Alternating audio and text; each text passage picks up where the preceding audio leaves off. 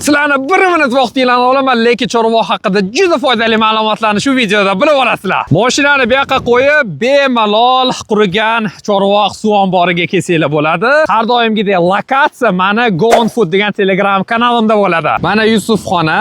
Bu yoqqa borish uchun birinchi chapga yo'l keladi, o'sha yerdan pastga tushib ketasizlar. Bugun 10-mart va Chorvoqni hozirgi holatini ko'rsatib beraman sizlarga. Mana bu Burchumulloq qishlog'i, mana bu Yakkatut qishlog'i. San ham bir vahma qilding deb Chorvoq suv ombori qurib qoldi deb. Lekin unaqa emas. Bugun 10-mart va Chorvoq suv omborining holati. Qiziq ma'lumotlar aytib beraymi?